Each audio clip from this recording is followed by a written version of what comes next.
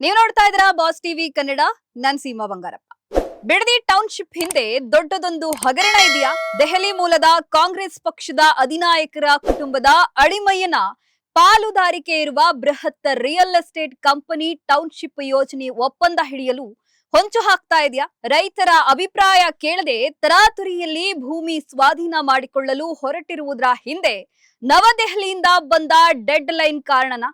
ಈ ಪ್ರಶ್ನೆಗಳು ಕಳೆದೆರಡು ದಿನಗಳಿಂದ ವಿಪಕ್ಷಗಳ ವಲಯದಲ್ಲಿ ಸುತ್ತುತ್ತಾ ಇವೆ.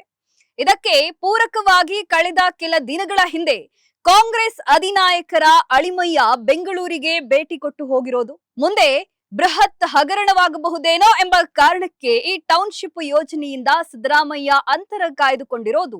ಇದನ್ನ ನೋಡಿದ್ರೆ ಒಳಗೇನೋ ನಡೀತಿದೆ ಎಂಬ ಅನುಮಾನ ಮೂಡಿದೆ. ಏನಿದರ ಗುಟ್ಟು? ವಿಪಕ್ಷಗಳು ಹೊರತೆಗೆದಿರುವ ಬಿಡದಿ ಟೌನ್ಶಿಪ್ ಯೋಜನೆ ರಹಸ್ಯ ಏನು? ಎಲ್ಲವನ್ನ ನೋಡ್ತಾ ಹೋಗೋಣ.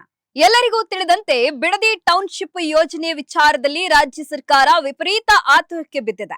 ಭೂಸ್ವಾಧೀನ ಪ್ರಕ್ರಿಯೆ ಮುಗಿಸಿ ರೈತರ ಜಮೀನು ಕಸಿದು ಪರಿಹಾರ ಮುಟ್ಟಿಸಲು ಅವಸರ ಮಾಡ್ತಾ ಇದೆ.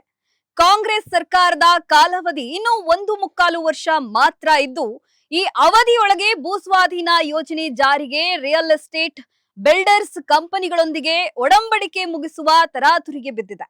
ಯೋಜನೆಗೆ ಚಾಲನೆ ಸಿಕ್ಕಿಬಿಟ್ರೆ ಮುಂದೆ 2028ಕ್ಕೆ ನಮ್ಮ ಸರ್ಕಾರ ಹೋದರೋ ಮುಂಬರುವ ಸರ್ಕಾರಗಳು ಮಾಡಿಕೊಂಡಂತಹ ಒಪ್ಪಂದ ರದ್ದುಪಡಿಸಲಾಗಲ್ಲ, ಯೋಜನೆ ನಿಲ್ಲಿಸಲು ಆಗಲ್ಲ ಎಂಬ ಲೆಕ್ಕಾಚಾರ ಈ ಅವಸರದ ಹಿಂದೆ ಇದೆ ಎಂದು ಹೇಳಲಾಗ್ತಾ ಇದೆ.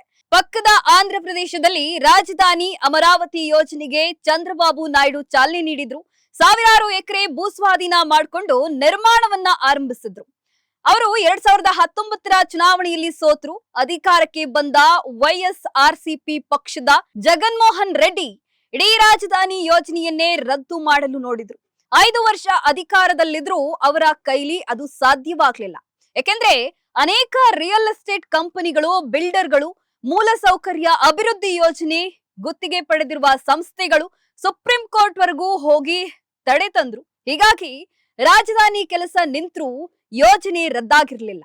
ಈಗ 2024ರಲ್ಲಿ ಮತ್ತೆ ಅಧಿಕಾರಕ್ಕೆ ಬಂದ ಚಂದ್ರಬಾಬು ನಾಯ್ಡು ಮತ್ತೆ ರಾಜಧಾನಿ ಅಮರಾವತಿ ನಿರ್ಮಾಣಕ್ಕೆ ವೇಗ ನೀಡಿದ್ದಾರೆ. ಇದೇ ಮಾದರಿಯನ್ನ ಅನುಸರಿಸಿ ಇನ್ನು 1 ವರ್ಷದ ಒಳಗೆ ಬಿಡದಿ ಟೌನ್ಶಿಪ್ ಯೋಜನೆ ಆರಂಭಿಸಿದ್ರೆ ಆನಂತರ ಯಾರು ನಿಲ್ಲಿಸಲು ಆಗಲ್ಲ ಎಂಬ ಲೆಕ್ಕಾಚಾರ ಹಾಕಿ ವೇಗವಾಗಿ ಬಿಡದಿ ಭೂಸ್ವಾಧೀನಕ್ಕೆ ಸರ್ಕಾರ ನಡೆಸುವವರು ಹೊರಟಿದ್ದಾರೆ. ಡಿಕೆ ಶಿವಕುಮಾರ್ ಅವರಿಗೆ ದೆಹಲಿಯಿಂದ ದೊಡ್ಡ ಟಾಸ್ಕ್ ಸಿಕ್ಕಿದೆ ಎಂಬ ಮಾತುಗಳು ವಿಪಕ್ಷಗಳ ವಲಯದಲ್ಲಿ ಹಬ್ಬಿವೆ. ಹೀಗಾಗಿ ಈ ವಿಚಾರದಲ್ಲಿ ಅಲರ್ಟ್ ಆಗಿರುವ ಬಿಜೆಪಿ ಮತ್ತು ಜೆಡಿಎಸ್ ನಾಯಕರು ಈ ಟೌನ್ಶಿಪ್ ಯೋಜನೆಯ ಒಳಗುಟ್ಟಿನ ಸಂಪೂರ್ಣ ವರದಿಯನ್ನ ಕೇಂದ್ರ ಗೃಹ ಸಚಿವ ಅಮಿತ್ ಶಾ ಅವರಿಗೆ ಸಲ್ಲಿಸಲು ಸಕಲ ಸಿದ್ಧತೆಗಳನ್ನ ಮಾಡಿಕೊಂಡಿದ್ದಾರೆ. ಈ ಬಿಡದಿ ಟೌನ್ಶಿಪ್ ಯೋಜನೆ ಕಾರ್ಯಗತಕ್ಕೆ ಬಂದಿದ್ದೇ ಆದ್ರೆ ಕಾಂಗ್ರೆಸ್ ಪಕ್ಷಕ್ಕೆ ಸಂಪನ್ಮೂಲದ ಹೊಳೆಯೇ ಹರಿಯುತ್ತದೆ. ದೊಡ್ಡ ಮಟ್ಟದಲ್ಲಿ ಚುನಾವಣಾ ಫಂಡ್ ಆ ಪಕ್ಷಕ್ಕೆ ಕಾನೂನುಬದ್ಧವಾಗಿಯೇ ಜಮೆಯಾಗುತ್ತದೆ. ಇದು 2028ರ ಚುನಾವಣೆಯಲ್ಲಿ ನಮಗೆ ಮಾರಕವಾಗ್ತದೆ. ಮೈತ್ರಿಕೂಟ ಮುಂಬರುವ ವಿಧಾನಸಭಾ ಚುನಾವಣೆಯಲ್ಲಿ ಗೆಲುವು ಸಾಧಿಸಬೇಕೆಂದ್ರೆ ಕಾಂಗ್ರೆಸ್ ಪಕ್ಷಕ್ಕೆ ದೊಡ್ಡ ಮಟ್ಟದ ಫಂಡ್ ಸಿಗದಂತೆ ನೋಡ್ಕೊಳ್ಬೇಕು. ಗ್ಯಾರಂಟಿ ಯೋಜನೆಗಳ ಹೊಡೆತದಿಂದ ಸರ್ಕಾರದಲ್ಲಿ ಹಣವಿಲ್ಲ, ಅಲ್ಲಿ ಏನು ಗಿಟ್ಟೋದಿಲ್ಲ ಎನ್ನುವ ಕಾರಣಕ್ಕೆ ಜಿಬಿಎ ವ್ಯಾಪ್ತಿಯಲ್ಲಿ ಆಸ್ತಿಗಳ ಅಕ್ರಮ ಸಕ್ರಮ ಬಿಡದಿ ಟೌನ್ಶಿಪ್ ಹೆಸರಿನಲ್ಲಿ ರಿಯಲ್ ಎಸ್ಟೇಟ್ ನಡೆಸಲು ಸರ್ಕಾರ ಹೊರಟಿದೆ. ಇಲ್ಲಿಂದ ಸಂಪನ್ಮೂಲ ಸಂಗ್ರಹಿಸಿ ಚುನಾವಣೆ ನಡೆಸಲು ಸ್ಕೆಚ್ ಹಾಕಿದೆ ಎಂಬುದು ಜೆಡಿಎಸ್ ಬಿಜೆಪಿ ನಾಯಕರು ಅಮಿತ್ ಶಾ ಅವರಿಗೆ ಸಲ್ಲಿಸಿರುವ ವರದಿಯ ಮುಖ್ಯಾಂಶ ಎನ್ನಲಾಗ್ತಾ ಇದೆ. ಈ ಬಗ್ಗೆ ಕೇಂದ್ರ ಸಚಿವ ಎಚ್.ಡಿ. ಕುಮಾರಸ್ವಾಮಿ ಅವರು ಈಗಾಗಲೇ ಅಮಿತ್ ಶಾ ಅವರಿಗೆ ಮಾಹಿತಿ ನೀಡಿದ್ದಾರೆ ಎನ್ನಲಾಗಿದ್ದು, ವರದಿ ನೀಡುವಂತೆ ಶಾ ಸೂಚಿಸಿದ್ದಾರೆ ಎನ್ನಲಾಗ್ತಾ ಇದೆ. ಈ ವರದಿ ಸಲ್ಲಿಕೆಯಾಗುತ್ತಲೇ ಕೇಂದ್ರ ಸರ್ಕಾರ ಸೂಕ್ತ ರೀತಿಯಲ್ಲಿ ಮಧ್ಯಪ್ರವೇಶ ಮಾಡಲಿದೆ, ಅಮಿತ್ ಶಾ ರಂಗ ಪ್ರವೇಶ ಮಾಡಲಿದ್ದಾರೆ ಎಂಬ ಮಾತು ಕೇಳಿಬರ್ತಾ ಇದೆ.